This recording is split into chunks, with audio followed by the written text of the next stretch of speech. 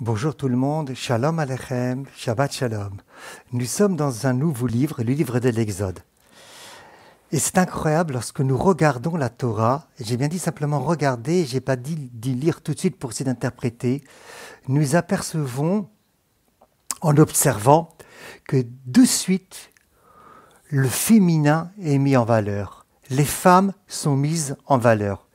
Lorsqu'on regarde simplement déjà le chapitre 2, le chapitre 1, bien sûr, nous parlera aussi des sages femmes. Eh bien, les personnes qui vont entourer, protéger, surveiller le Sauveur d'Israël, c'est la femme, le féminin. Sa maman, comme nous le verrons, sa sœur, comme nous le verrons, et la fille de Pharaon, comme nous le verrons.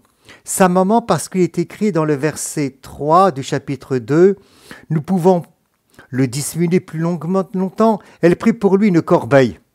Sa sœur, verset 4, chapitre 2, la sœur de l'enfant se posta à distance pour voir ce qu'il advenait. 2,5, quand la fille de Pharaon descendit au fleuve pour s'y baigner, elle a pris donc Moïse, elle a sauvé Moïse. Voilà. Akadosh Baruch Hu a voulu que le sauveur d'Israël passe par la femme. Différentes femmes, mais passent par le féminin. Première question à se poser, est-ce que j'en prends conscience ou pas? Si j'en prends pas conscience, pourquoi? Et si j'en prends conscience, de quelle manière je le mets en acte? Est-ce que c'est simplement dans des prédications où je parlais de la valeur de la femme? Je vais dire par le srout des femmes on a été sauvés, et puis par le srout des femmes on sera sauvé, par le mérite de la femme on a été sauvé, et par le mérite des femmes on sera sauvé. Donc est-ce que c'est juste du langage? Est-ce que c'est juste des prédications? Mais en fait je ne laisse pas un espace à la femme au sein même de la communauté juive de pouvoir s'exprimer, de pouvoir dire des choses, de pouvoir peut-être donner des messages extrêmement importants. Et donc je vais la confiner en vérité dans un espace très réduit, pour X raisons, ou bien non, je prends conscience que sans la femme, sans le féminin, le Sauveur d'Israël n'aura pas pu venir au monde, et sans même les conseils de Myriam, comme nous allons voir qu'elle a donné à son père, donc la voix de la femme, la voix du féminin, Moïse n'aurait pas pu naître. Je dis n'aurait pas pu naître parce qu'en vérité, bien sûr, Dieu fait ce qu'il veut, mais Dieu est passé par là. Dieu est passé à travers les conseils de la fille de Amram, qui s'appelle Myriam, a donné à son père. Pourquoi? Parce que la Gemara de Sota nous dira dans la page 12a que le père de Amram, qui était le Gadolador, le chef de la génération, a décidé de divorcer avec sa femme. Pourquoi est-ce qu'il a décidé de divorcer avec sa femme? Parce qu'il a dit stop, ça suffit. Pharaon a décrété de tuer tous les garçons. Moi, c'est terminé. Je prends la décision de ne plus avoir de relation avec ma femme. Et le peuple hébreu donc va suivre. Myriam, qui est la voix du féminin, va dire « Papa, tu te trompes ». Elle ne va pas le dire comme ça, mais elle va dire « Papa, ton décret à toi, il est plus difficile que celui de Pharaon ». Le père va lui dire « Mais pourquoi, ma chérie? Parce que toi, tu as décrété sur les garçons et sur les filles, puisque tu ne veux même plus donner naissance à la possibilité des filles d'arriver au monde. Mais Pharaon l'a décrété que sur les garçons. En plus, papa, Pharaon, c'est un rachat, c'est un mécréant qui t'a dit que son décret va se rallier jusqu'au bout. » Il a entendu ça. Il était le Gadolador, le chef de la génération. Amram, c'est pas n'importe qui. Il était le chef de la génération. Il a obéi, il a entendu, il a écouté la voix de la femme, la voix de Myriam. Nous avons au sein du peuple juif plusieurs, en tout cas, deux grandes femmes aussi, d'accord, dans lesquelles se sont révélées quelque chose d'extrêmement important qui touche la foi d'Israël. Et pour cela, je vous incite, si vous avez envie, d'acheter simplement le livre de la voix de la Torah de Limunk. C'est en français, il y a énormément de commentaires. Et vraiment, vous pourrez vraiment vous inspirer de beaucoup de commentaires. Et là-bas, il nous dit, donc le rabbin Limuk, il nous rapporte que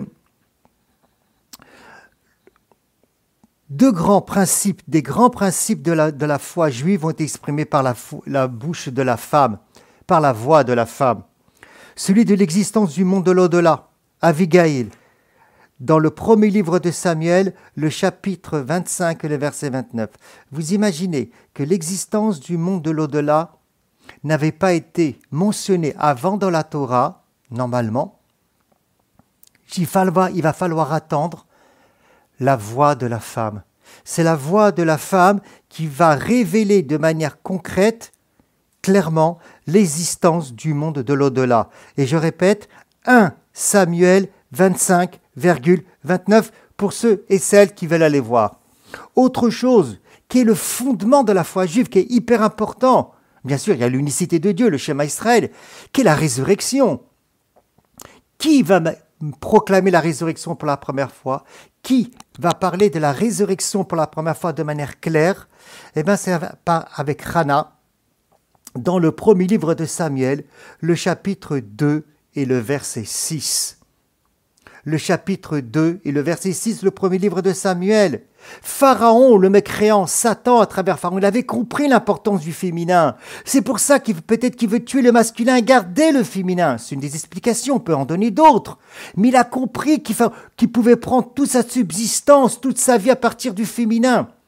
Par rapport aux attributs divins, ça correspond à la Shrina, à Malchut, qui va vers l'extérieur. Et c'est pour ça qu'en même temps qu'il faut protéger cet attribut divin, entre guillemets, qu'il faut en même temps protéger le féminin, qu'il faut en même temps protéger la femme, qu'elle ne soit pas aspirée, qu'elle ne soit pas prise par les mauvaises choses, par le côté satanique. Et on le voit aujourd'hui dans la société, malheureusement, comment des fois on va utiliser l'objet du corps de la femme pour vendre des choses, malheureusement. Mais, néanmoins, nous voyons bien que la résurrection a été parlée par la femme, par Hannah. Préalablement, on peut trouver plus ou moins des interprétations, mais de manière claire, c'était par la femme. Et on peut le comprendre, parce que la vie vient par le féminin. La vie, elle vient par la terre, elle vient pas par le ciel. Le ciel, c'est l'eau, c'est le masculin. Mais la vie, elle vient par la terre. C'est pour ça que Dieu va mettre de côté de l'eau dans le chapitre de la Genèse, le des premiers chapitres. Il va mettre l'eau dans un coin. Il va laisser apparaître la terre et la vie va surgir. Si je laisse apparaître le féminin, si je laisse une place véritablement à la femme, véritablement, pas simplement je la confine dans la cuisine à préparer le couscous ou à préparer la daf ou je sais pas pour le Shabbat, mais que je lui donne aussi une place hyper importante dans le projet divin. Elle amène la vie. Elle amène la vie, c'est la terre qui amène la vie. C'est l'homme qui donne sa semence à la femme, mais c'est la femme qui va créer véritablement les 248 membres et les 365 nerfs. C'est dans la matrice féminine. Véritablement. Et c'est dans cette matrice, on pourrait dire féminine, que le sauveur d'Israël va être protégé, que le sauveur d'Israël va être sauvé. Il est sauvé par Dieu, il est protégé par Dieu, mais par la femme. Et on comprend peut-être mieux à la lumière de ce partage que nous faisons. Ya'aser kenegdo, je lui donne une aide. Les femmes ont été une aide pour le sauveur, pour le masculin.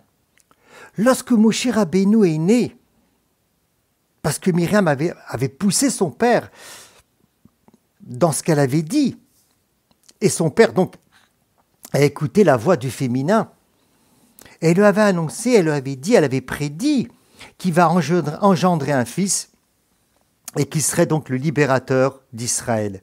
Et vous pourrez voir la Gemara de Sota, la page 13, le verset 1. Elle voulait voir ce qu'elle allait arriver de sa prophétie. C'est pour ça qu'elle est partie là-bas. Voir ce qui se passait avec ce petit enfant dans cette corbeille-là.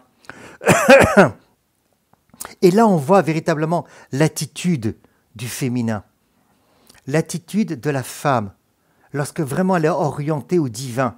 Orientée à Kadosh Baruch Hu.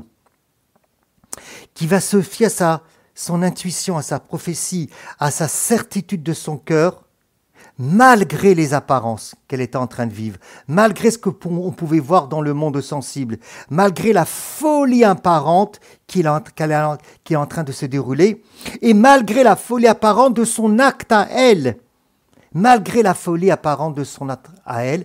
elle a fait confiance à son intériorité, à sa voix intérieure, à sa voix féminine.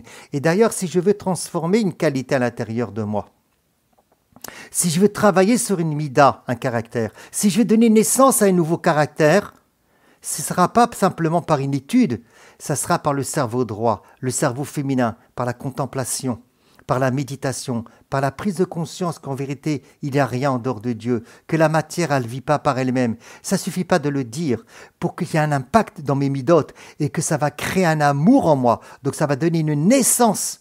Eh bien, je suis obligé de développer le féminin en moi. C'est le féminin qui donne la vie.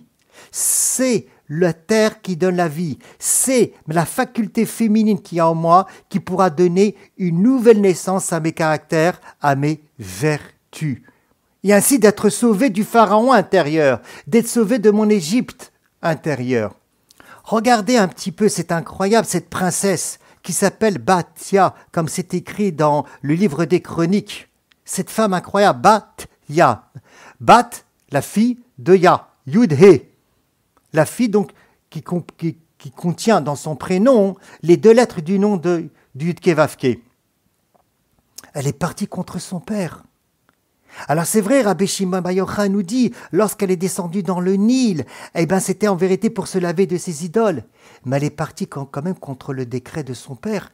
Il fallait une autorité incroyable de pouvoir partir contre le décret de Pharaon. Et ce qui est incroyable, c'est que la Torah va retenir le nom de Moïse, le nom qui a été donné par cette femme. C'est pas les autres noms. On sait que d'après la Torah orale, Moïse a 10 noms différents, comme c'est écrit dans la Gemara, la Megillah, la page 13, le volet A. Pourtant non, la Torah va retenir Moshe Rabbeinu, le nom qui a été donné par cette femme, qui s'est converti au judaïsme. Il y a le judaïsme, il ne sait pas, qui s'est converti en tout cas à la foi de Moïse, au Dieu du Créateur du ciel et de la terre, puisqu'elle s'est lavée de ses idoles. C'est ce nom-là qui a été retenu par la Torah. Donc nous voyons l'importance du féminin, l'importance de la femme dans le projet divin pour la société, pour le peuple hébreu. Peut-être il y aura un enseignement à prendre.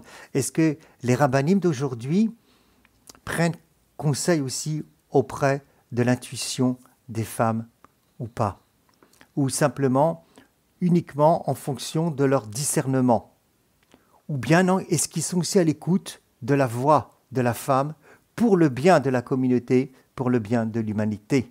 Shabbat Shalom.